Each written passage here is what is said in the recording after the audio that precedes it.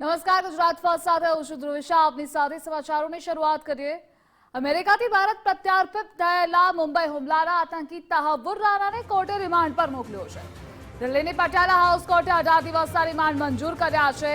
એનઆઈએની team દ્વારા આતંકી તહવ્વુર રાણાની પૂછપરછ કરવામાં આવશે. 24/11ના રોજ મુંબઈમાં થયેલા હુમલાના સંપૂર્ણ આતંકી કાવતરાનો પર્દાફાશ થઈ શકે છે.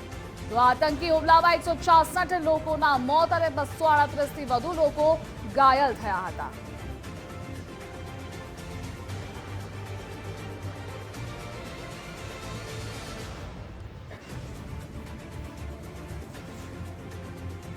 અને આ મુદ્દે આપણી સાથે ન્યૂઝ વોરરૂમથી વિજય જોડાયેલા છે. વિજય, તહવ્વુર રાણા કે જેમના રિમાન્ડ મંજૂર થઈ ગયા છે, હવે અનેક રાઝ ખુલી શકે છે જે મુંબઈમાં હુમલો થયો હતો તેને લઈને. લેટેસ્ટ અપડેટ શું છે તે જણાવશો? બિલકુલ ધ્રુવિશા, 26/11 મુંબઈ આતંકી હુમલાનો જો માસ્ટર માઇન્ડ પૈકીનો એક એટલે તહવ્વુર રાણા, કે જેને અમેરિકાથી ભારત પ્રત્યાર્પિત કરવામાં આવ્યો હતો. ગઈકાલે તેને દિલ્હીની પટિયાલા હાઉસ કોર્ટની અંદર રજૂ કરીને તેના રિમાન્ડ માંગવામાં આવ્યા હતા. મોડી રાત સુધી કોર્ટની કામગીરી ચાલી હતી, જેની અંદર એનઆઈએ અનેકવિધ પુરાવાઓના આધાર પર છે તેના 20 દિવસના રિમાન્ડની માગણી કરી હતી, પરંતુ કોર્ટે 18 દિવસના રિમાન્ડ ગ્રાહ્ય રાખ્યા છે અને તેને એનઆઈએની કસ્ટડીમાં મોકલી આપ્યો છે. પરંતુ અત્યારે એ પણ હતું કે તેને કઈ જેલમાં રાખવામાં આવશે, પરંતુ અત્યારે જે સ્પષ્ટતા થઈ છે તે અનુસાર અત્યારે તેને એનઆઈએનું હેડક્વાર્ટર સીજીઓ કોમ્પ્લેક્સ ખાતે બનેલી એક વિશેષ જેલની અંદર રાખવામાં આવશે, કે જ્યાં એનઆઈએની ટીમ દ્વારા છે આજથી તેની પૂછપરછ શરૂ કરવામાં આવશે.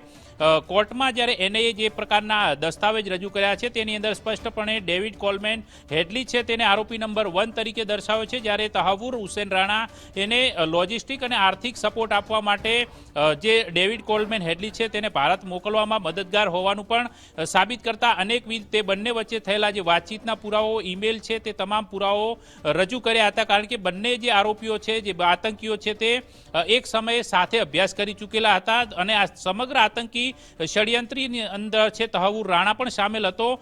તો આ બધા પુરાવાના આધાર પર કોર્ટે જે રિમાન્ડ ગ્રાહ્ય રાખ્યા છે, જે માગણી ગ્રાહ્ય રાખી, તેના આધાર પર આજથી એનઆઈએ પૂછપરછ કરશે. પૂછપરછની અંદર આ સમગ્ર જે 2008ની અંદર જે આતંકી હુમલો થયો હતો તે આતંકી હુમલાનું કાવતરું ક્યાં રચાયું, કેવી રીતે રચાયું, અન્ય કોણ કોણ લોકો સામેલ હતા, અહીંયા કોણ સ્લીપર સેલ એક્ટિવ હતું કે કેમ, આવા અનેકવિધ જે પ્રશ્નો છે, જે પ્રશ્નોના રાજ છે તે ખુલી શકે છે. ને તેમાં સંભવિત સંડોવણી રીતે જે પ્રકારે પાકિસ્તાનનો હાથ રહેલો છે, તો પાકિસ્તાનની સંડોવણી સીધી રીતે તેનો જે આઈએસઆઈનો જે મેજર હતો ઇકબાલ, તેના નામ સાથેના અગાઉ પણ પુરાવાઓ કોર્ટની અંદર રજૂ થઈ ચૂકેલા છે. પરંતુ હવે તહવ્વુરની પૂછપરછમાં આ સમગ્ર બાબતોનો છે તે પર્દાફાશ થઈ શકે છે.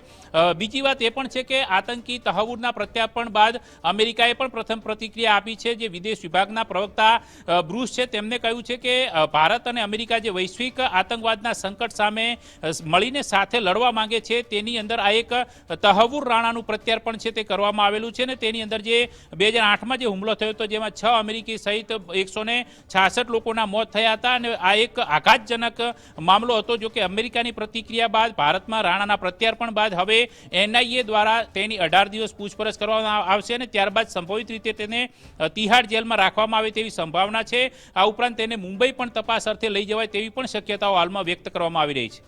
જે વિજય, જોડાવા બદલ આભાર આપનો.